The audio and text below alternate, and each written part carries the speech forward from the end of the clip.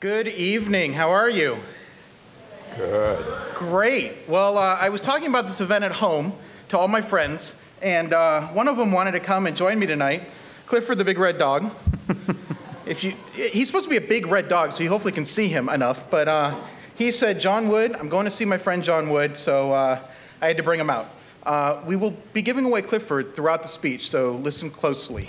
Well, welcome to the Reynolds program and the speaker event with a very inspiring person, Mr. John Wood, who is inspiring to me and is just an amazing person in general.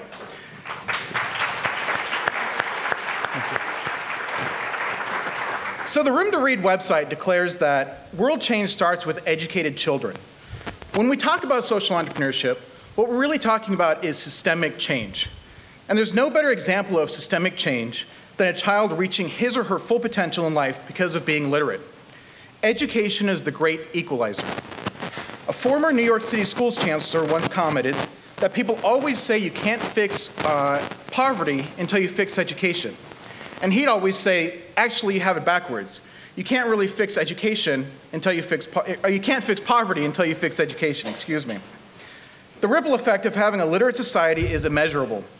As Frederick Douglass believed, once you learn to read, you will be forever free. John Wood and Room to Read are not just distributing books or teaching kids to read. They're providing opportunity, they're providing access, they're providing choice, and they're providing systemic change to the developing world. There are three chapters of the Room to Read story that inspire me most. The first is focused on literacy rates. Room to Read is increasing the miles on the page with great success.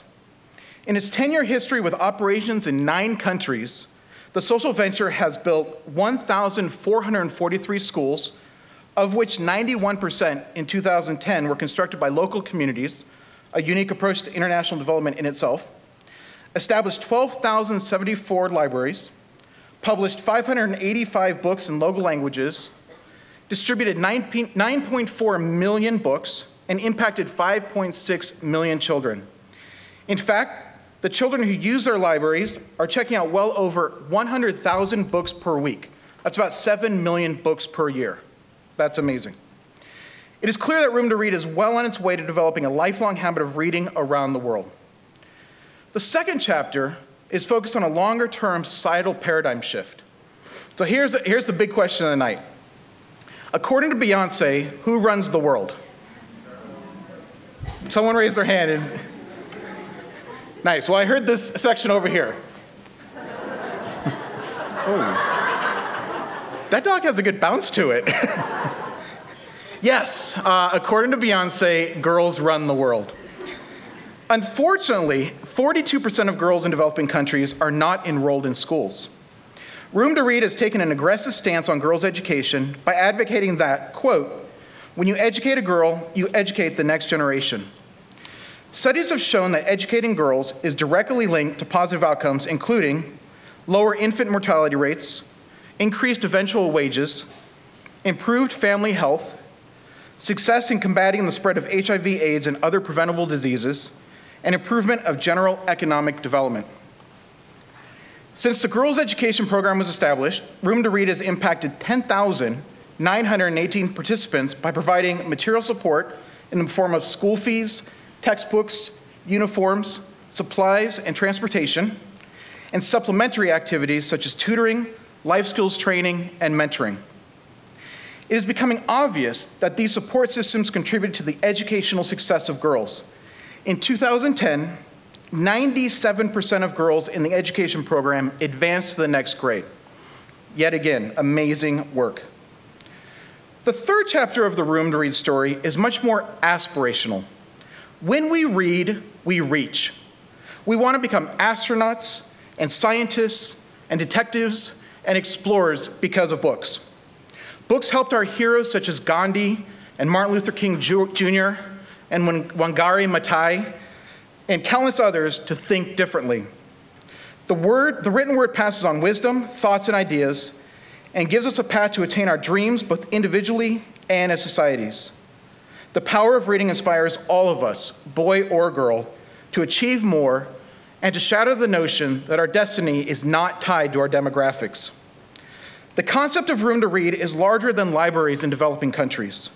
It is changing how children perceive themselves and the world around them. Books are empowering them to dream big. John Wood will discuss tonight his path to establishing libraries, creating content for those libraries, ensuring child-friendly, safe schools, and enabling girls to stay in school. He's the founder and board co-chair of Room to Read, and author of Leaving Microsoft to Change the World, and the children's book Zach the Yak with Books on His Back, which is a very good read, by the way. puts me to sleep right away. Not that it's boring. Through his leadership, Room to Read has formed 52 fundraising chapters, and the social venture raises organizational support and revenue of $39.5 million per year. He has been interviewed by Oprah, spoken 4 times at the Clinton Global Initiative, was a 5-time winner of the Fast Company Social Capitalist Award, selected as a Young Global Leader by the World Economic Forum, and was a 2-time winner of the Skoll Foundation Award for Social Innovation, among about 10 other prestigious honors. Joining John on stage is Peter Grauer. Welcome. The chairman of Bloomberg LP, where he has been a member of the board since 1996 and was named chairman in 2001, succeeding Michael Bloomberg. Mr. Grauer joined Bloomberg full-time in his executive capacities in 2002. Prior to this, he was a managing director of Donaldson, Lufkin, and Jenrette from 1992 to 2000, when DLJ was acquired by Credit Suisse First Boston. He served as a managing director and senior partner of CSFB Private Equity until 2002. He is also president of the Board of Trustees of the Inner City Scholarship Fund in New York City, and chairman emeritus, get this, of the Board of Directors of the Big Apple Circus. That sounds like a pretty cool job. Mr. Grauer graduated from the University of North Carolina, go Tar Heels, and Harvard's Graduate School of Business Program for Management Development, and has been on the board of directors of over 25 public and private companies. Please welcome John and Peter. Thank you.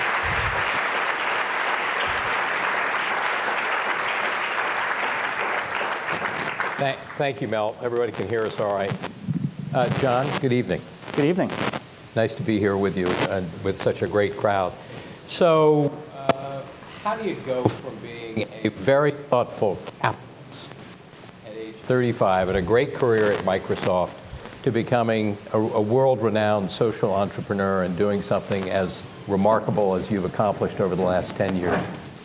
You know, for me, Peter, first of all, I want to thank you for being here, because you can only imagine how busy a guy like Peter is being chairman of Bloomberg. So I just want to recognize you for taking time out of your schedule and being here. For me, my epiphany really was simple, is that I went off to Nepal in 1998. There was a rumor that if you went high enough in the Himalayas, you could escape the sound of Steve Ballmer yelling at you to work harder to make your numbers year after year after year at Microsoft. And I did an 18-day trek. How many people have trekked in the Himalayas? Yeah, quite a few of you. We all know it's a beautiful place, but juxtaposed against that beauty is crushing poverty. And the poverty tends to hurt the kids the most. And in my case, you can see poverty and be saddened by it. But then when I had met a headmaster who showed me his school, and he had a completely empty library. He had 450 kids showing up, this little ramshackle school in the middle of nowhere. 450 kids, no books. And I said, well, how can that be? And he said, well, in Nepal, we're too poor to afford education. But until we have education, we'll always be poor.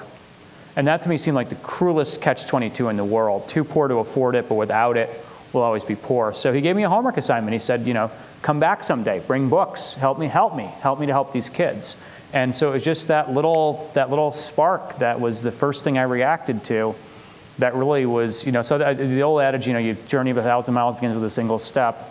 That was my single step, was saying to the headmaster, I'll come back. I'll be back within a year, and I'll bring you at least 1,000 books. Had you left Microsoft at the time, or you were on vacation? Just on a vacation. And so at what point did you decide that this would become your life's work? It was about a year later, I went back to that little village, Bahundan in Nepal. My parents had helped me with the book drive. My father was 73. He was failing at retirement. He was driving my mother crazy, and he needed a hobby. So my mother encouraged him to get involved with this book drive. And my price for having used my parents' garage was that my dad decided he was going to come with me and be my unpaid right-hand man trekking off to the middle of the Himalayas for a couple of days. And I don't know if any of you have traveled as an adult with an adult parent, just the two of you in the developing world. But if you haven't done it, you should, because if I had to do it, you should have to do it too. It was a great trip, but we had 3,000 books on the back of 8 donkeys. And it was the biggest day in the history of the village. The entire community had turned out, the kids, the parents, the teachers, students lined up with their flower garlands. And that for me was the beginning of my kind of game over moment, to see that we had done something that was comparatively easy, right? How hard is it to collect a bunch of used children's books? Not that difficult. But it made a huge difference in the community. I'll never forget one of the teachers, he grabbed my hand to shake it, and he wouldn't let it go. He held it. And he said, "You've done so much for us, and we can do so little for you in return." And I couldn't explain to him that what he had done for me was he was helping me to find meaning in money. Right? We're so surrounded by materialism and by money and everything like that, and all of us in this room probably have this experience. We know. If the teachings of the Dalai Lama, when we give something away, our own internal happiness goes up. And so for me, that was just that little moment a year later. And that was just kind of the beginning of the end for me at Microsoft, because I realized that, in the world we live in today, one library is a drop in the ocean. And so the entrepreneur in me thought, well, how can I do this in Vietnam? How can I do this in Cambodia? Like, we've done one library in Nepal, and Nepal probably needs 10,000 libraries. So that was the kind of the beginning of the exit. How did you decide, you're now in 9 countries, soon to be more than that. How did you decide where to start beyond Nepal? You talk about Cambodia and Vietnam, but yeah, I'd like to tell you was there kind of a qualification? Did you look at any numbers or anything, or it was more gut feel? It was gut. Basically, it was, I traveled in Vietnam. I was a backpacker from Hanoi down to Ho Chi Minh City and met all these great kids along the way. And of course, I don't know how many people carry US passports, but the US did a lot of damage in that part of the world in the 60s and the 70s. So I wanted to kind of help to do something to create. And that was an exciting time, right? Because that was when Clinton, God bless him, was normalizing relations with Vietnam. So it's a really exciting time for US-Vietnamese relations. And I traveled in Cambodia, probably like many people here. How many of you have been to Cambodia? Yeah, I mean, you can't look at that and not be saddened by the fact that after this genocide in the Khmer Rouge, the rebuilding was going so slowly. So it was really more gut instinct the first few countries. And then we eventually had to get scientific, but I tried to avoid being too scientific in the beginning. For me, a lot of it was just going to be driven by passion.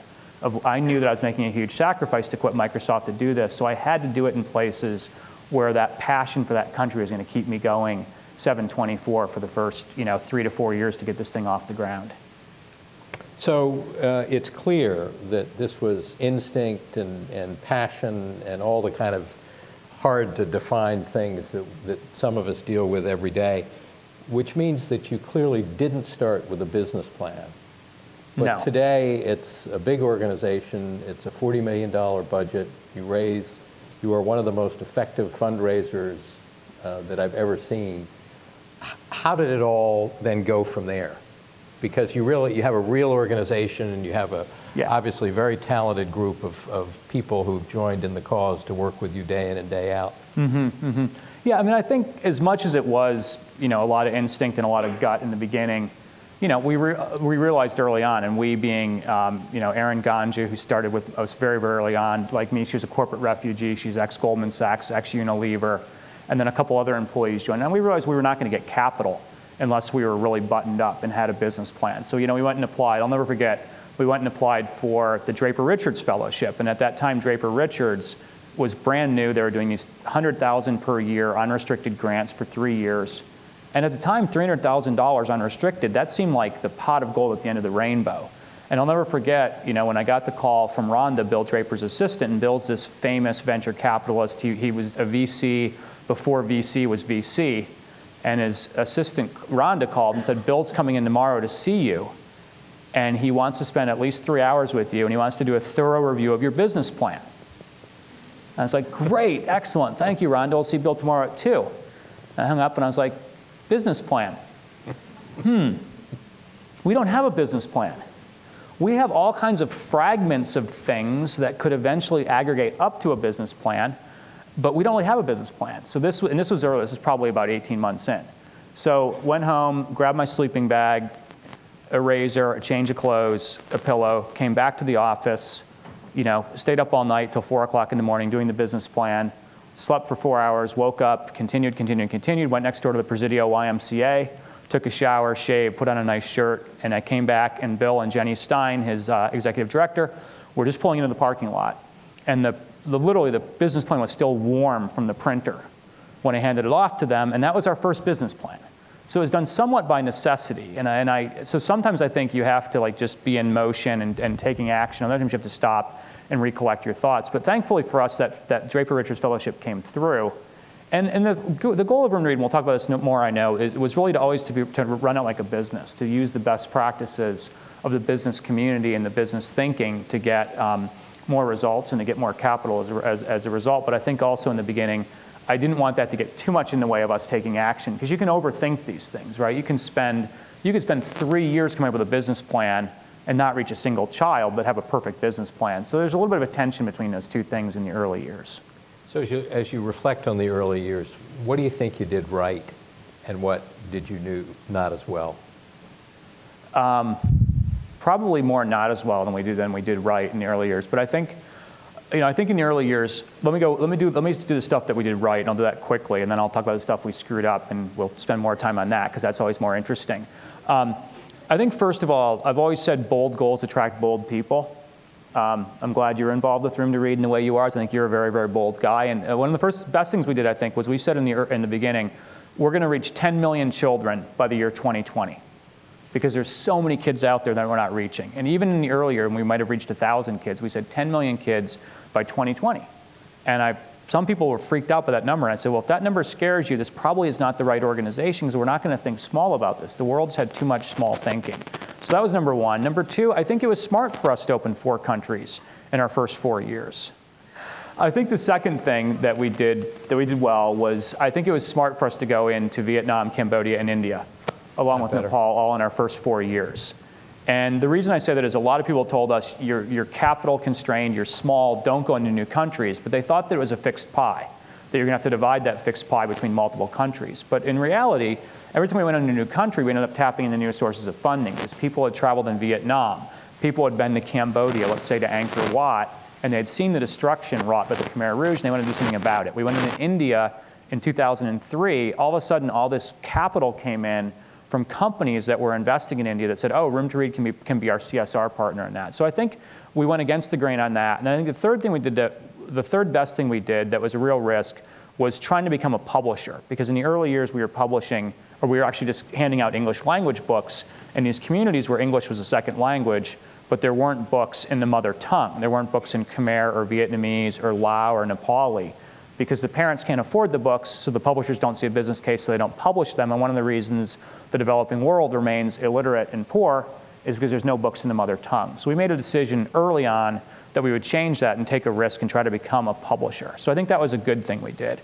Bad things we did, we waited too long to become a local language publisher. It was only 4 years in that we started to actually publish books in the mother tongue. And we should have done that a lot earlier, because the English stuff is easy, but it's not nearly as effective as when a child can learn to read in their mother tongue at a young age. So we waited too long for that. I waited too long to hire an EA. That was a huge, huge, huge mistake. I'm saying that facetiously somewhat, but the Skoll Foundation tied one of their grants to me actually getting administrative support, because they knew I was taking all this time that I should have been out fundraising or developing relationships, and we were running on too low overhead. Our first 3 years, our average overhead ratio is 5.3%. And I thought, we're going to prove to our funders that 95 cents in the dollar goes directly to programs. We're going to keep our overhead low. I wasn't taking a paycheck. My savings were growing like this.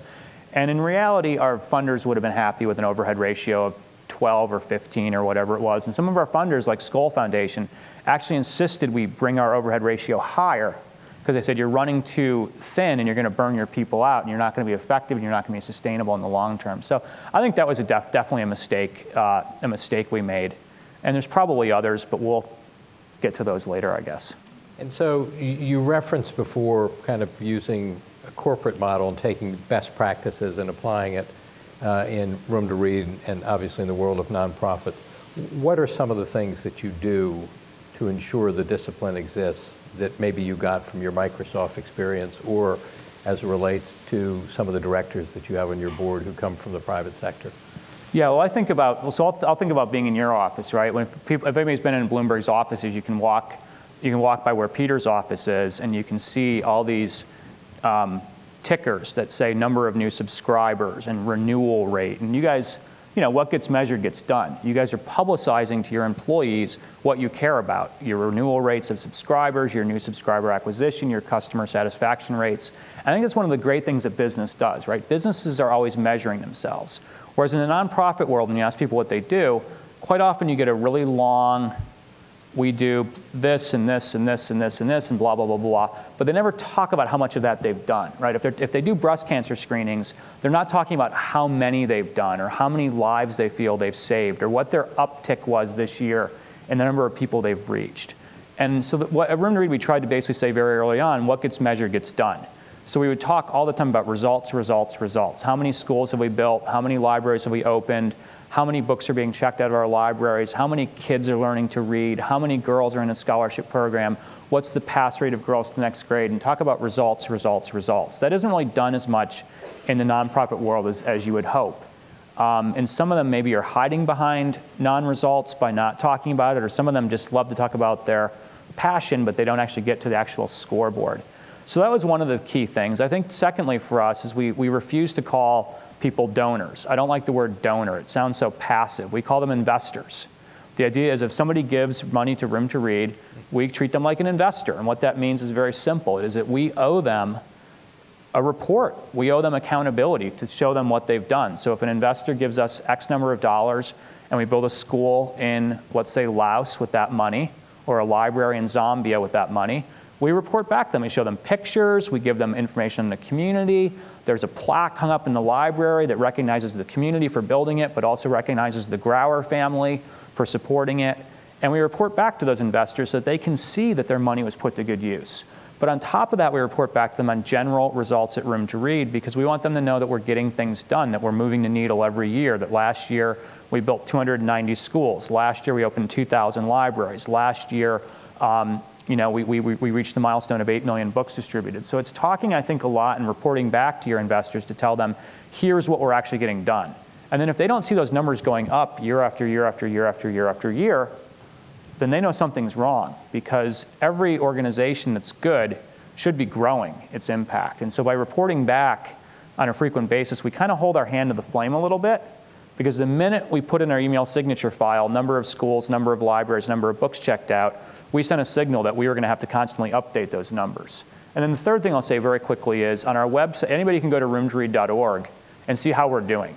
We're incredibly transparent about how we're doing. So in the same way that a public company reports its revenues and its earnings per shares every quarter, we update our website with all of our statistics, quantitatively what have we done, qualitatively how are we doing, 5 years of audited financials on our website, and we even put up our evaluations on our website. So we hire outside evaluators, they go and report back to us on where we're strong, where we're weak. It's not always pretty, because any organization is always going to have things they need to improve upon. But we made a decision to post all of our evaluations on our website, which is something few charities do, to say to the world, this is the ship we're running. We know we're not perfect, but we're going to admit where we have flaws, and we're going to ask the world to help us to figure out how we solve those things. So it's quite unusual, because in many ways, we as a charity are more transparent than the average business. Because nothing against, let's say, ExxonMobil, but do you ever think you'd ever see, I don't think I'd ever see the day when ExxonMobil would say, we as a policy are going to post every evaluation written on our work up on our website so anybody can read it. Whereas we've done that to say we will be transparent as a charity. So we, as you know, at Bloomberg are great believers in transparency. And in the private sector and the public sector, as you and I both know, there are people who work within those boundaries, and there are others who work within the world of the opaque. And clearly there was an example not long ago with Greg Morgenstern and what he was trying to do with his charity, wrote a book about it, and cast a dark shadow on a lot of what people do. Comment about that a little bit, and what, if anything, it meant to Room to Read, greater scrutiny, et cetera, et cetera. Yeah, well, I think it'll, how many people have read 3 Cups of Tea in the audience? Yeah, huge percentage. How many people have read 3 Cups of Deceit? And how many of you watched the 60 Minutes piece? Quite a number of you, yeah. So it's pretty well known. I think, first of all, if the whole Greg Mortensen thing, leads to more scrutiny, I say hallelujah, right? I love scrutiny.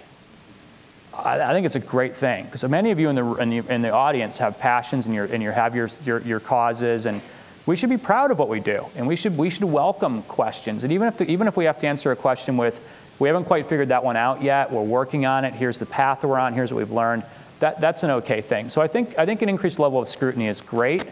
What I think is bad is an increased level of cynicism. And that to me is the tragedy of the 3 cups of tea Greg Mortensen thing, is that it makes it too easy for people to be cynical, right? And they have every right to be cynical, because if they gave money to a 501c3 and that money was spent on private jets to fly somebody around and make public speeches, when he then pocketed that money, then the investor's money, how can somebody feel good about that? And that to me is I think the tragedy of the whole thing, is that if you look at Greg, he had the potential, he had a lever with which to move the earth, with the publicity he had and the best-selling status of the book, and I mean, Obama gave him some of his Nobel Prize money, and Nick Kristof was covering him, and Tom Friedman was covering him. My God, that's every social entrepreneur's dream, right? Can you imagine if any of you who are social entrepreneurs woke up tomorrow morning and there's a glowing column by Nick Kristof about your work? That's heaven. That's fantastic. So he had all that going for him, but I think with that, the world supporting you in such a big way comes a responsibility, and that responsibility is to build a real board of directors, which he didn't do, to have a financial function, to invite an audit. Audits are never fun, but you have to have them. And they went 16 years without having audited financial statements. And I think it's one thing if you want to run a mom and pop and be $20,000 a year, $30,000 a year, nobody's going to care if you have an audit, because you'd spend more money on the audit than you probably take in during the course of the year. But I think once you become $3 million, $4 million, $5 million as a charity, that puts you in the top 5% of charities. So I do think that the tragedy of that whole thing is that it could have kept growing to the sky, but you can't grow to the sky without sinking a really deep foundation. And those foundational things can be quite boring. It's having a board, it's having a CFO, it's having procurement policies, it's hiring outside evaluators to go test your work. Because if you don't have outside evaluators go test your work, and instead Steve Croft and 60 Minutes and John Krakauer go test your work, and they don't like what they find, you're in big trouble. So you're better off hiring the outside evaluators and having them go back year after year after year, and even if they tell you stuff you don't want to hear, that's okay too. So if you would, we've talked about kind of applying best practices from the private sector. What can the private sector learn from what you and others have done so successfully in the public sector? I think first and foremost, passion. You know, you're a great leader, and Bloomberg's a great company, and you hire people who have passion. You can feel the energy when you're in the Bloomberg building. You can walk from the Bloomberg building and go to LaGuardia and get on an American Airlines flight and see the difference between passion and lack of passion. See the difference between people who want to do good things in the world. And let's face it, I mean, have you flown American lately? It's like, do any of those people actually like other people, or they're like misanthropes are being hired today? It's so painful when you walk into a business and you see people without passion. And so one of the things we're most proud of at Room to Read is that we have 57 cities around the world where people are fundraising volunteers. Over 10,000 people carry a Room to Read business card. They're not on our payroll, they're on your payroll. They're on Goldman's payroll, they're on Credit Suisse's payroll, and they're on Barclays' payroll, and they're on Accenture's payroll. But they volunteer their time for Room to Read, and they raise over a third of our budget. A third of our budget's a big number. That's $12 million raised by volunteers. And they have day jobs, and they have families, yet they somehow find time to work nights and weekends on Room to Read. Our Tokyo chapter has over 1,000 people in it. And these guys, they work until 10 at night, and they come home, and from 11 at night until 2 in the morning, they're working their Room to Read shift, they call it. And so I think that passion is something that I think businesses, unfortunately, there's just not enough of. And if you look at leadership, for example, there's just a lot of leaders in the for-profit sector who spend a lot of time hiding from their employees, right? You don't have as many of the leaders who are out there walking around, their employees know them. One of the things I'll say, I occasionally make jokes at Steve Ballmer's expense, but Ballmer is a hero to me. He was a fantastic guy to work for. And he may be having his travails now at Microsoft. But one of the things I always loved about Steve Ballmer was he could walk around Microsoft New Zealand, and he would remember the names of people he'd met when he was in New Zealand a year ago. And he'd ask them, how are you doing? Are you still running? How are you doing? How are things happening with Telecom New Zealand? He knew even when we were 50,000 employees, he took the time to know who they were. So I think passion, leadership, energy, and I also just think connecting to a bigger cause. For a lot of companies, their leaders talk about how we're going to try to eke out an extra penny of earnings per share this quarter. And who really cares about that if you're just, an employee there? You don't really care. So the question is, how can leaders in the for-profit sector do something where, if you look at, Mel mentioned Wangari Maathai, who died last week in his opening, how could a leader of a for-profit company set a bold goal like she set with ending the deforestation in Kenya and rally people around that? That was kind of a long answer to a short question. I'm sorry. No, it was a great answer. Talk for a minute. You and I have talked about this before, and this, I hope people in the audience don't find this a boring topic. I happen to find it something that's incredibly important, and you alluded to it before, but talk a little bit about governance at Room to Read. You and I have talked about the board. You've talked about some of the infrastructure that you have in your team, but give people an idea as to how does that work and why is it important to you? Lock the doors. We're talking about governance.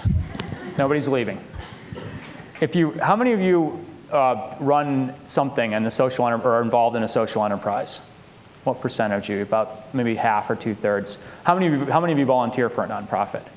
The majority, probably 90%. Yeah. Well, the good news is governance is not a boring subject, because good governance is the best fundraising strategy you can have. And almost, anybody who works for a nonprofit knows we're always cash strapped. There's always a greater amount of need than there is capital to go out and meet that need. So the good news is your best fundraising strategy is good governance. That's simple. So how do we do it? I'll just give you a couple of examples. Our board of directors is 11 people.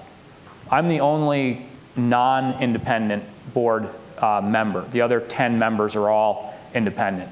So one of them is Craig Brewery, a former Microsoft CFO. He runs the audit committee. You're about to fall asleep. A former CFO of Microsoft runs the audit committee.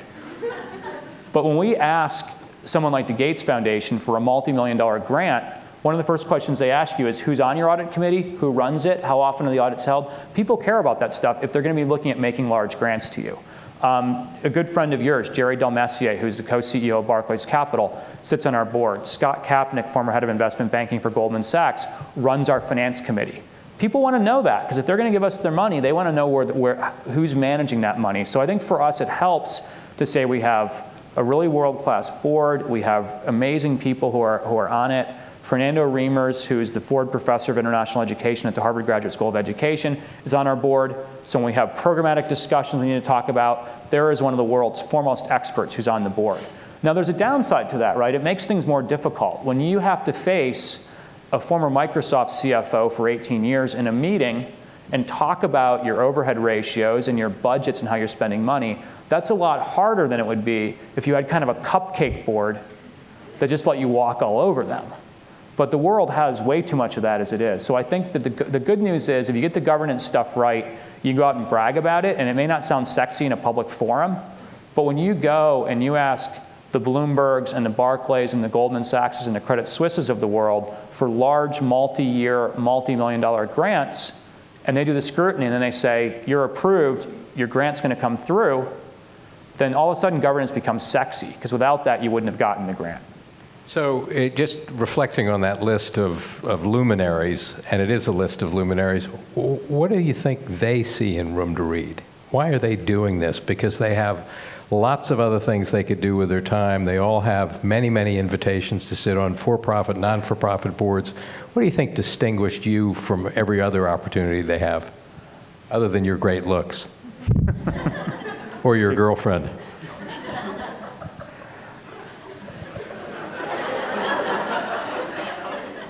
I'm not often speechless, Peter, but you did that. Look, I think the answer to that question is the same as why do people volunteer why do 10,000 people in 57 cities work nights and weekends for Room to Read, or why do our amazing employees who are the unsung heroes, right? The poor team in rural Laos who's on a chicken bus for 4 hours getting out to the rural areas to go check on our girls when it would be a lot easier to just stay in the capital city in the air conditioning, yet they choose to go out every day on these long, arduous journeys. And I think the major reason for it is, if you look at every successful person has education to thank. I know that sounds incredibly obvious, but everyone in this room can think back to an ancestor who lived in poverty. It might be you. It might be a parent, it might be a grandparent, it might be a great-grandparent. But every one of us who's successful almost always has education to thank. And at Room to Read, we try to remind people of that and say, we live in a world in which the job's not finished. 300 million kids woke up this morning in the developing world and did not go to school. I'll repeat that, 300 million kids. 800 million people in the developing world today are illiterate. 1 of 5 adults in the developing world cannot read or write. So we try to remind successful people the job's not done yet. And there's something, I believe it's from the Torah, where if you get elevated up a certain level, it's your responsibility to kind of drop the ladder down and help the next person climb up. So we try to play up on that in a big way to say, if you're successful, congratulations. You may have money, but this is really, I think, meaning to actually be able to go out and help children in some of the poorest parts of the world to get that same opportunity that probably now is taken more of, it's taken now as in our country, people take it as a right. I have a right to this, or it's owed to me. Whereas in many parts of the world, it's considered a privilege if you're asked to come out with a shovel and dig a foundation because we're going to help you build a school. So let's go a little bit from the very, very serious and move down the spectrum a little bit. What happens during a typical John Wood day? What happens? When do you get up? What do you do? What do you think about? I get asked this all the time, by the way, and it's not nearly as much fun as his. When I interview you on stage, I'm going to ask that same question. What time do you get up? What are you wearing when you get up? No, so I mean, for me, typically, full disclosure, I'm nocturnal. So as Aaron, who's somewhere around here, my assistant, knows, I never schedule anything before 9 a.m. because I'm a very nocturnal guy. It's at night that I get my reading done. And a lot of my email done and just a lot of quiet time. But typically for me, it involves an airplane. I travel 250 days of the year typically. I'm our #1 rainmaker, our #1 fundraiser. I should point out that 3 years ago, I stopped being CEO. Every founder has to eventually stop being the CEO, right? If you look at Howard Schultz or Michael Dell, who are both amazing entrepreneurs, their journey's not done yet because they're still the CEO. Of the company they founded. So I'm very proud that I escaped what's called that founder's trap. And 3 years ago, Erin Ganji, my co-founder, became CEO. And eventually she's going to have to find the next generation CEO because she can't stick around forever. But that really freed me up to not be CEO. And so when you ask what I do during the day, the good thing is I don't do anything CEO-y. I'm not thinking much about this week or about the day-to-day operations, or about making this quarter's numbers. I'm thinking much more about how can Room to Read grow and go bigger. So it's a lot of travel. I basically, if people have read Good to Great, and if you haven't read Good to Great and you're interested in social change, read it because it's a fantastic book. But Jim Collins talks about the flywheel concept, that the way to get the flywheel spinning quicker is to figure out what are you uniquely good at, what are you passionate about, and what does the world value, right? Because if you're good at it and you're passionate about it but the world doesn't value it, that's called a hobby. If you're really good at it and the world values it, but you're not passionate about it, that's called a job. But when you got that combination of uniquely good at, the world values it, and you're passionate about it, that's the flywheel. And you just get that flywheel spinning faster and faster and faster. So sitting down with the board of directors 3 years ago, we basically decided I would do 4 things and 4 things only. Public speaking, PR and media, fundraising and rainmaking, and what I call ally recruitment.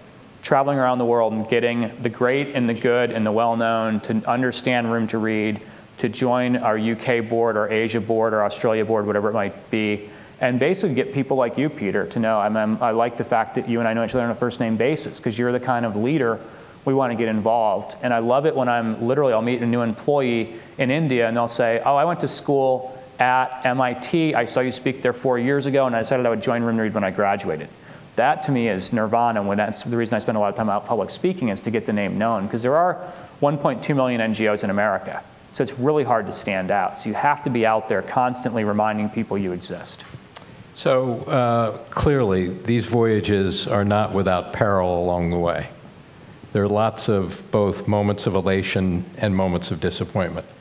If you looked back over, as you look back over the last 10 years, what would be the two most significant disappointments that you've encountered, and how have you rebounded from them? Oh God, the worst moment was so bad that it almost, number two is like orders of magnitude down. And for me, the worst was the financial meltdown, Q4 of 2008. You know, we had been in this trajectory, 05, 06, 07, obviously a rising tide lifts all boats. And the board was pressuring the management team, you know, you're raising money faster than you're deploying it. We're turning down villages we should be saying yes to. So grow. We grew our employee base, we grew our board, we opened new countries. We were just set to scale the hell out of this thing. And Q4 of, actually it was in October of 08, we had investors walk away from $7.5 million of financial commitments in the same week. I'll never forget one investor told me that her family used to be worth $1.7 billion, and they were now worth only $1.3 billion. And therefore they were walking away from a $5 million pledge. And I said, well, what percent of that pledge are you walking away from? 10%, 20%? She said 100%. Another investor had pledged $5 million. This is in the Gulf. They cut us to 2.1. So here we'd spent all this time, and the thing is about it, it wasn't just, I didn't want to fire employees, but also we didn't want to cancel projects. We had told all these villages, we're going to work with you on a school, we're going to work with you on a library, your daughter's going to go to school, your daughter's going to go to school, your village is going to get a library, we're going to bring books to your village. We'd made all these commitments. And so it was probably the worst moment of my life to sit there and look at a $7 million hole and say, okay, now here's my goal. Not a single person laid off, and not a single project canceled. And nobody believed that we could actually pull that off. And I said, let's just all get our butts on airplanes and go around the world and not be gobsmacked by watching MSNBC and hearing the sky is falling. Let's just get out there and remind people we exist. And in 2009, we grew our revenues 17% over the prior year. In 2001, we grew our revenues 23%, and this year we're up 19% year on year. Simply because we said to ourselves, we will be the optimism in people's lives. We turned the whole financial crisis on its head. And we went out and we talked, I would talk at hedge fund conferences and say, the markets can be crazy and you may feel like you can't control them. What you can control is whether or not your family builds a school in Nepal this year. It's only $32,000 and your company matches, so it's actually only $16,000. And so I'm really proud of the fact that we actually made our vow. We did not lay off a single employee. We actually have increased employment by 30% during the financial crisis. And since the financial crisis hit, we've grown our revenues. If you look at aggregate, we've doubled over the last 3 years how much money we raise on average. So I think it was a matter of looking at it and saying, even with these severe headwinds, we're not going to let ourselves be slowed down. But it took me about a month of just being in this absolute worst mood of my life because, poof, all these commitments disappear. So what's number two?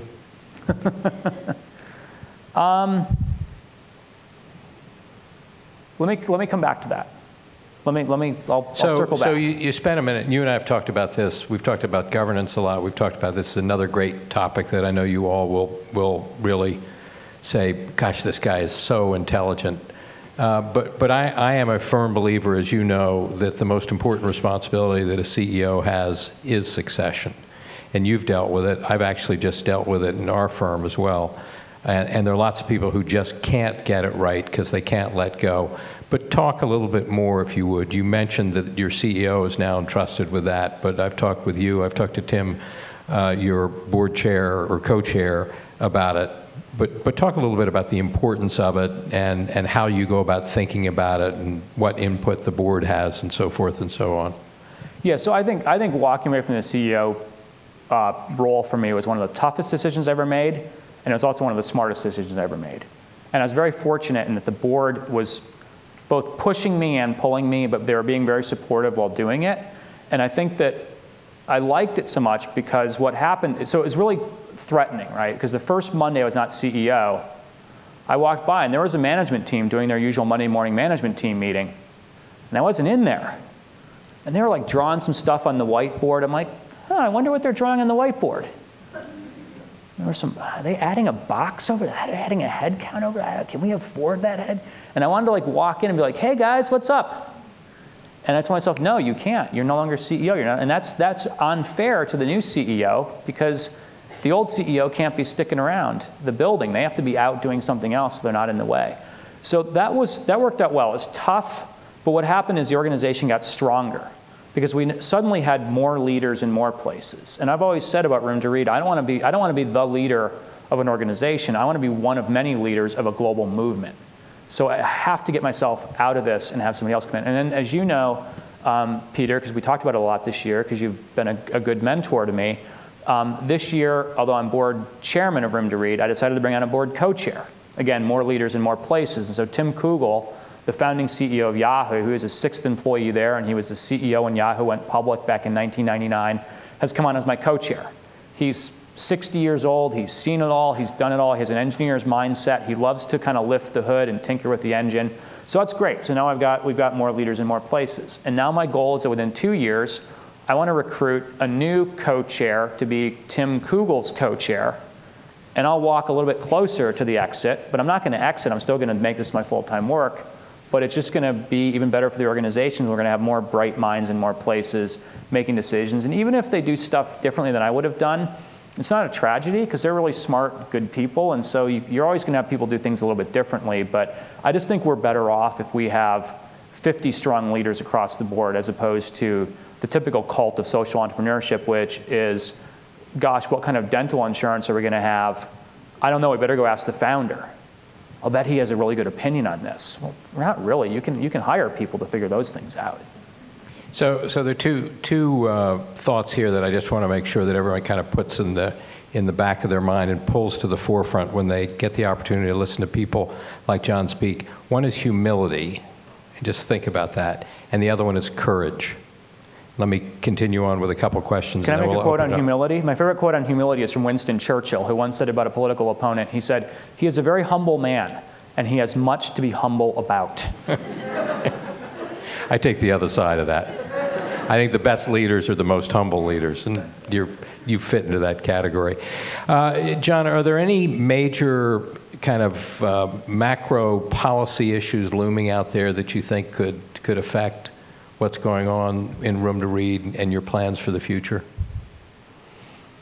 I mean, I don't know that I'm smart enough to understand global macro policy issues. I mean, it's an unpredictable world. We just pretty much wake up every day and do what we can. We've got our goal for this year. We're opening a new school every 26 hours. We're opening 6 libraries a day, on average a new library every 4 hours. And so every day, at least 2,000 kids get access to a new school or a new library that they wouldn't have had otherwise. And for us, we think more micro than macro, I would say, because we're just all about, we've got our plan, we want to execute against our plan, we want to execute against it with ruthless efficiency and low overhead. And kind of the big macro stuff, I think we're somewhat Buddhist about, because we can't control the big macro stuff no matter what. And so we try as much as we can to just focus on more like the micro. But I'd say the biggest thing for us is just the global economy. I mean, we're excited that we're growing 20% year on year, year after year after year. And I tell my team, if this is what a bear market looks like, bring back the bull. I would love to be back in the bull market days where fundraising could hopefully spike up even faster, because that means we can say yes to more villages and say yes to more families who want their daughters to get educated. And I think for me, the hardest part of our role is knowing that the need is so great out there, right? We are turning down villages right and left that want schools, that want libraries, that want books, that want scholarships. And to me, no is a very ugly word. And so when people ask me, why do I want to grow Room to Read? Is it ego? Is it some kind of edifice complex where you're trying to build the biggest thing possible? I think more it's just the unmet need. And to me, I'll repeat those numbers. 300 million kids woke up this morning and didn't go to school, and 800 million people are illiterate. That's ridiculous, absolutely ridiculous. And the whole idea that any child can be told that you were born in the wrong place at the wrong time to the wrong parents and you therefore did not get educated, that notion belongs in the scrap heap of human history. We have to just eliminate that in this lifetime. So at a macro level, I would hope that number one, more big funders understand that we've had enough Band-Aids in the world. We have to get out there and look at education and say, if you can work with the 5-year-old until such time as he or she is 18 or 19 or 20 and help them get an education, everything else changes along with that.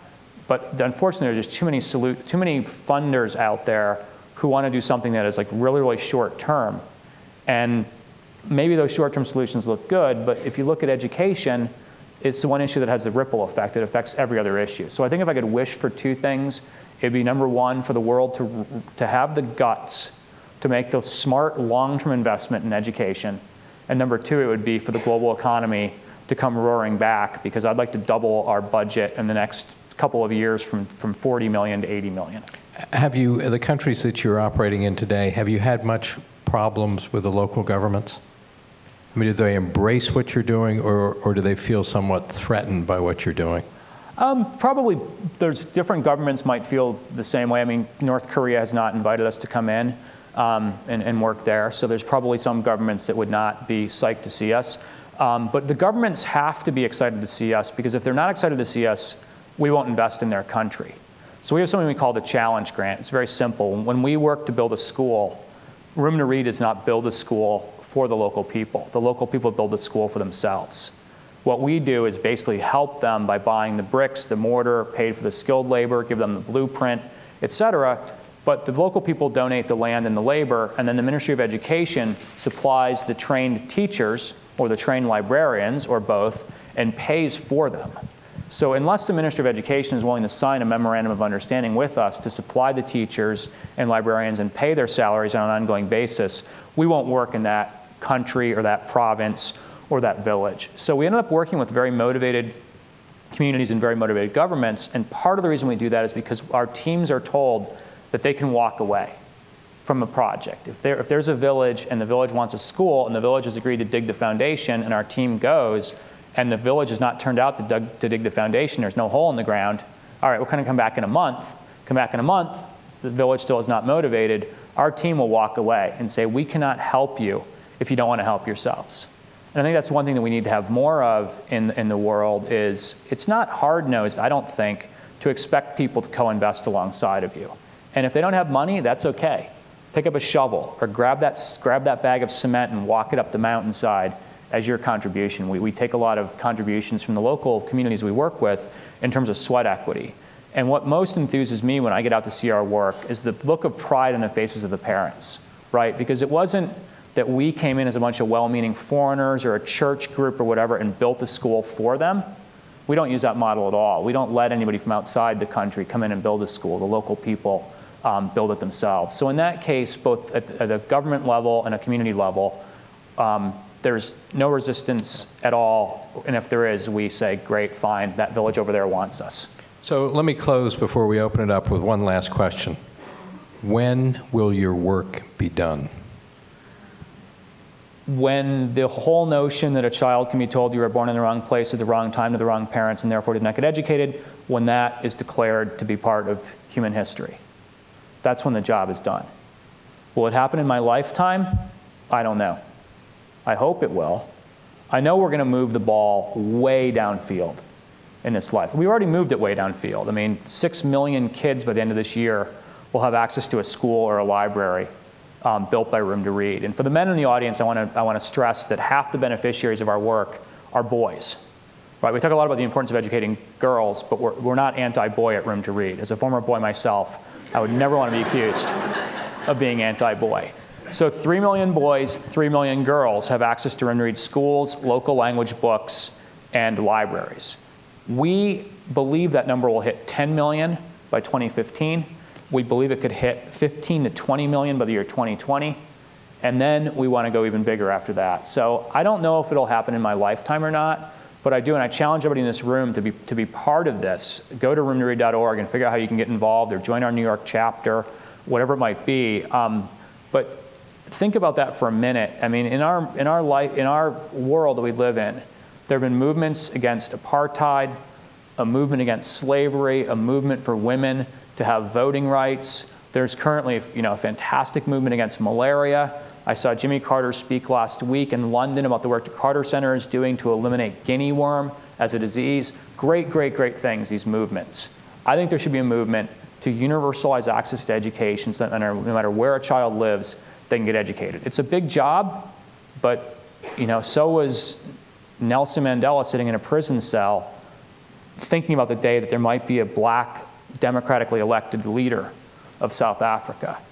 And despite the fact that it was a 40-year journey, he never let it deter him from that. And I think those are the examples that we have in front of us, right? We can look at those examples and say, if they aspired to greatness, why can't all of us aspire to greatness? So that to me would be the greatest homage to any great leader, is to say, if Mandela could do it, if Wangari Maathai could do it, if Martin Luther King could do it, we're going to do it too. We're just going to pick what we're passionate about and go after it. Wow, terrific. Thank you, John. Thank you. Thank you. Questions?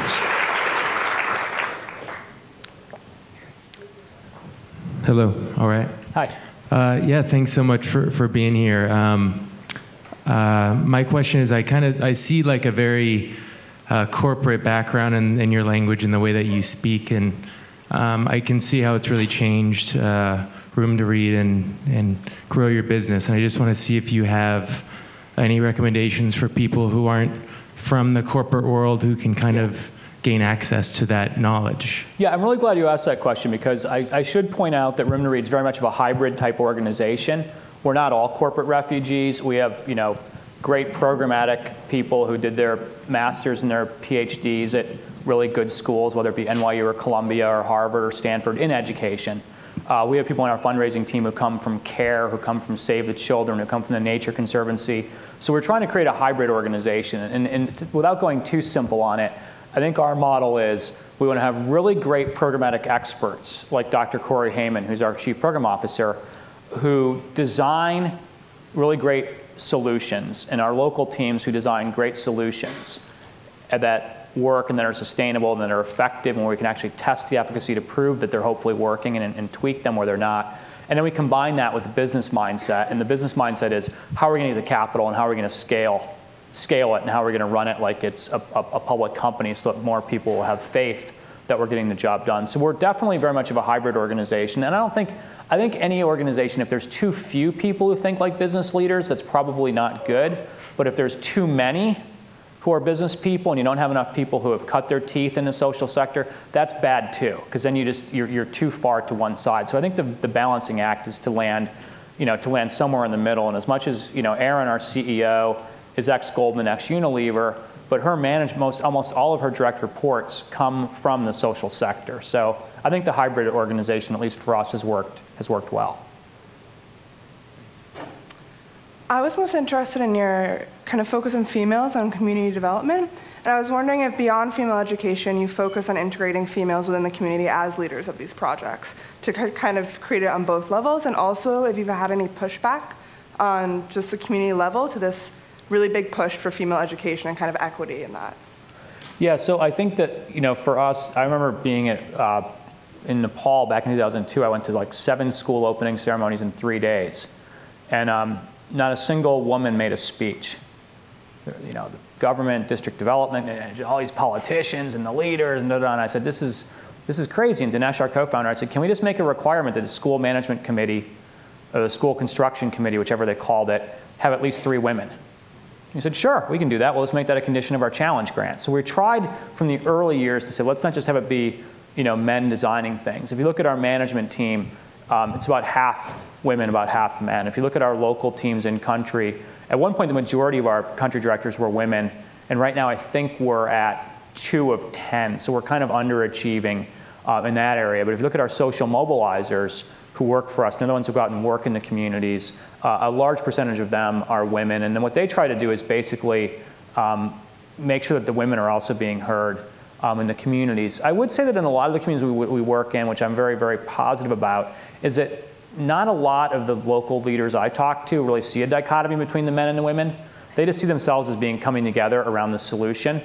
Maybe it's because we just only work with really pragmatic communities that want to get the job done.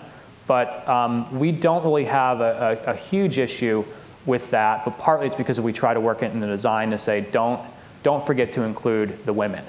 Now, I will say I've been in communities where not forgetting the women means the women can do all the work on the school construction. And you know, I've seen places where, you know, the women are carrying 100-pound bags of cement up the mountainside, and you don't see a lot of men doing that, and you kind of wonder why.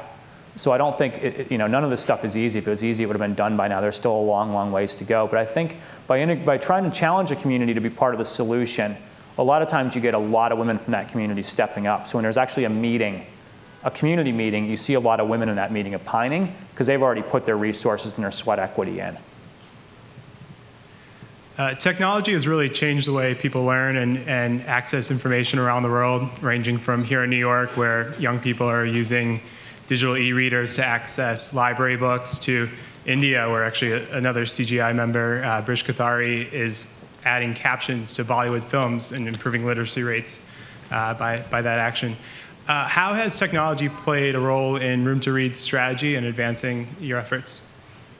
Very little. I'm unabashedly low tech. We are unabashedly low tech in our approach to what we do.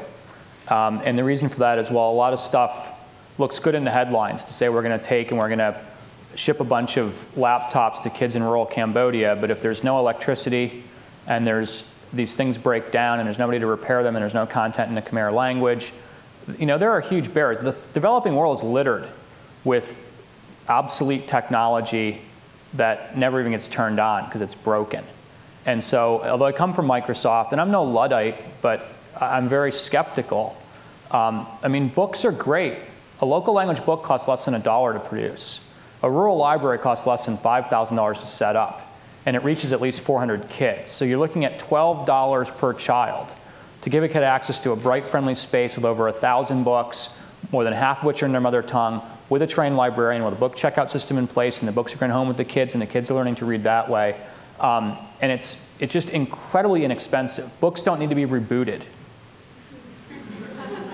Right, so I'm not saying there's not a space for technology, but the biggest reason I'm skeptical is that quite often with technology in the developing world, educationally, you're putting the cart before the horse. Right? If I have one more person tell me that they're going to teach the world to read using a cell phone, I might go hang myself. That could be the second worst moment, Peter, is when people come and say, why are you doing this? But kids don't need schools. Kids will teach themselves. Kids don't need books. Kids can learn to read on their cell phone. And I've said, you know what? The minute you're willing to have your child live in that world, we'll have our children live in that world.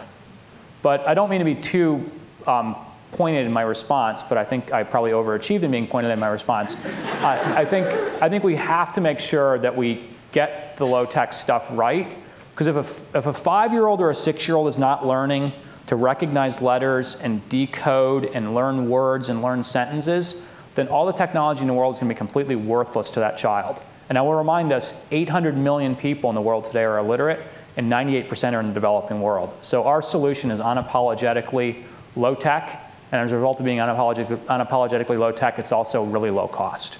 And low cost means scale. Yes, this is actually a question for both of you.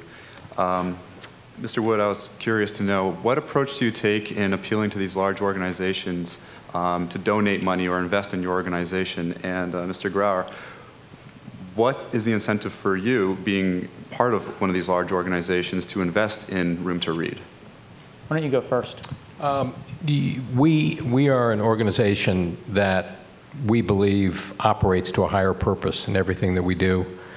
And it's on 2 levels, and I'll get to the second level because the first level would bore you. The first level is all about transparency and democratizing the flow of information around the world and changing the way our customers do business and reducing their costs so they can invest in the public and the private sector.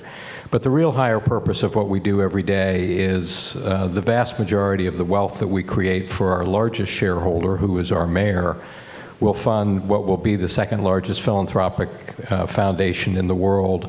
And we will change lots of different things. We'll change literacy rates, and we'll change automobile accidents in emerging markets, and we'll maybe in some cases eliminate cancer. And so we are always on the lookout, both at our company, but also through what Mike does through his foundation, for outstanding leaders with great ideas that are really going to have an impact on society. And clearly that's what happened with us with Room to Read. And it started with our team in London. That was really where the first connection came about. And we started off small, and we've gotten larger and larger. And these are the kind of this is the kind of organization, more importantly, the kind of leader that appeals to our sense of being a fiduciary, making sure that they are accountable for what they do, but more importantly, seeing extraordinary results, as John has described before. And I'll answer briefly. I'll give you the non-obvious stuff, because the obvious stuff is obvious about, low overhead and results orientation and reporting back and having them see that we're using their money wisely. We're not frittering it away on stupid things. But I think the non-obvious stuff with approaching corporations is just twofold. Number one, I always tell anybody who works for Room to Read, whether they be a chapter leader or an employee or whatever, don't think of them as corporations. They are human beings who happen to have a title and a business card, but I never think about a corporation. I don't say I'm going to try to get Bloomberg corporate to fund us. I think I really would like to get to know Gemma Reed in London, who got our first grant for us, who's a fantastic person. And you think about the person in there, and it's also less intimidating that way, because if you think about a company, it just seems so big. But the second thing is, we almost never send an unsolicited proposal to a company. We get to know them on a human-to-human level, and then we say, hey, by the way, would like to apply. So the easiest thing in the world to do is to basically be one of 1,000 NGOs lobbying an unrequested proposal to the CSR department at a major company, at which point you just end up in the recycle bin. What we try to do is get to know people on an individual basis. It sometimes takes longer. It makes the sales cycle longer, but it also makes the sales cycle a lot more effective. Because when you know somebody person to person, it's much more likely they're going to say yes to you. Thank you. Hi. I'm interested to know how do you measure the impact of the organization? How many people work in the team, and how often do you measure the impact? Yeah, we didn't talk much about that, and we should. But for measurement, we're basically looking at I believe very much in what gets measured gets done. We're very fortunate that the Gates Foundation has very generously underwritten all of our evaluations, cross-program, cross-country, for 5 years. So we're able to hire. So the way we test the efficacy of what we do is we hire outside evaluators. They make random spot checks on our programs, and they report back to us on how are we doing. How many books are being checked out of the library? How many kids are learning to read? Are the teachers showing up? Are the libraries well organized? When you ask a child what's his or her favorite book, do they have an answer? Is the number of books being checked out going up year after year after year? Because if it is, that's a very, very good sign. If it's not, that's a very, very bad sign. How sustainable are the projects? If a school opened 3 years ago, how likely is it that the school is still open? How likely is it that the teachers are showing up? And then longer term, you're going to measure some of the bigger stuff, like did literacy levels increase?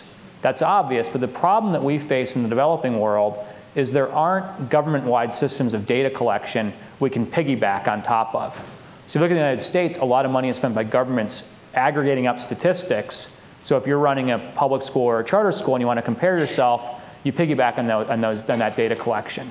In Cambodia, in Zambia, there's not a lot of data collection being done at the macro level. So if you want to do it, you have to go out and do it on your own. And that's one of the reasons we're very thankful for the Gates Foundation support, because it's allowing us to do that. So our success metrics for, let's say, the girls' education program, I can tell you off the top of my head. 97% of our girls last year passed to the next grade. And that's incredible, because if you're born poor, female, in a rural village, in a really poor country, to uneducated parents, you have 5 strikes against you. Yet 97% of our girls pass to the next grade. In the last year, over half the girls who have finished secondary school in the program have matriculated to university or tertiary education, despite the fact that we cannot afford to pay a single penny of their tuition. They're still finding their ways to school. So there's kind of interim measures of success, and there's longer-term measures of success, and there's short-term. We try to measure all 3.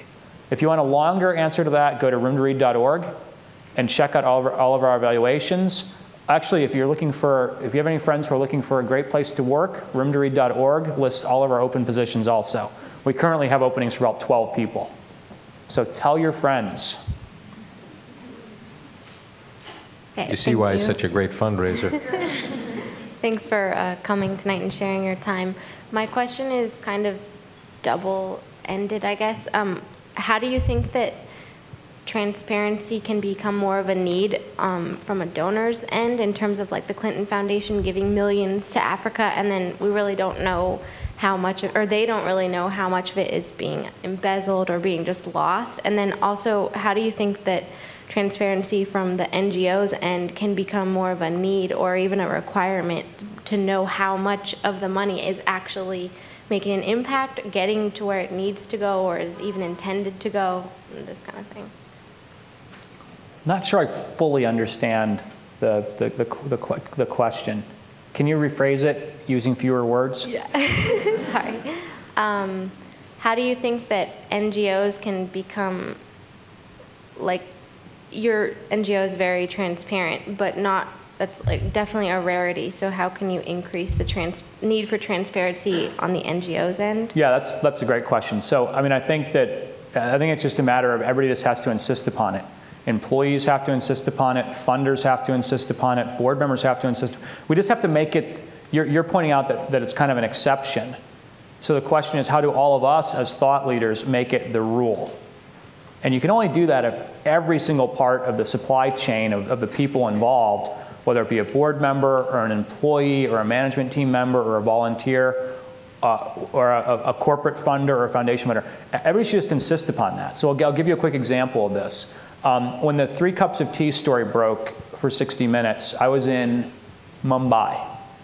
We had our big event that Sunday night, and we were really excited about the event, and then this whole thing broke, and we were online, the whole board and the management team, talking about what does this mean, and we know that we're okay, we've been audited, and we post, and one of our board members said, well, I went to our website and we only have the last year of audited financials on our website.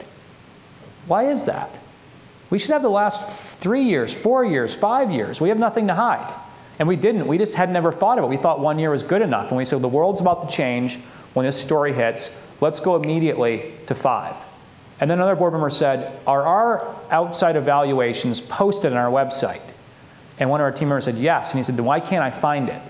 Well, it was kind of buried in the link, not purposely. It's just when the website was designed, it was, not many people care about it. So it was linked to, and we kind of moved it higher into a different page. And all of a sudden, there are 3 different places where you could click through to see our outside evaluations.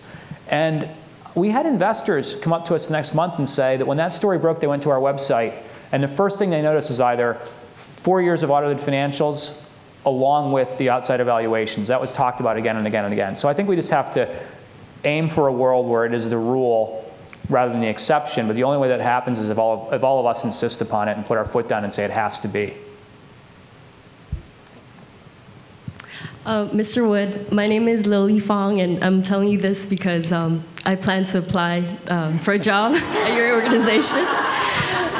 So in case they ask. To Bloomberg or Room to Read? If you're hiring also. He doesn't get all the cover today, I'm telling you. You could go to Bloomberg, and then you could be our Trojan horse in the building. That would be fantastic.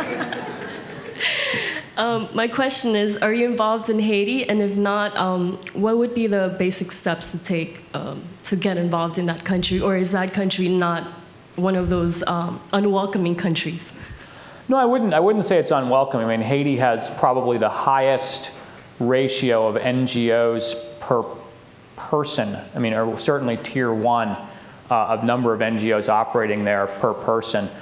We don't work there not out of any great, the biggest reason we don't work there is when we look at countries that we are going to go into, we try to figure out places where there's favorable tailwinds that we can sail with, as opposed to really strong headwinds. So if you look at kind of a tailwind versus a headwind, what does that mean? Well, if you have a politically stable country and a socially stable country, those are things we'd rather see, because then we can kind of have the tailwinds pushing the boat. So if you look at Africa, for example, Zambia is definitely a better place to work than, let's say, Somalia, because there's social stability and there's been democratic transitions of governments. We look for places where the Ministry of Education has their act together, where they're training teachers, where they have curriculum, where they have textbooks. Those are the things that we don't do. And every social enterprise has to define not just what they do, but define what they don't do. And then you have to say, well, if we don't train teachers, and we do some training in literacy in libraries, but if you look at just kind of like taking that eager 18-year-old and putting them through a 3-year pedagogy, we don't do that. That's not in our model. So we look at a country and say, well, in Vietnam, they're doing that really well. So Vietnam's a good place for us to invest.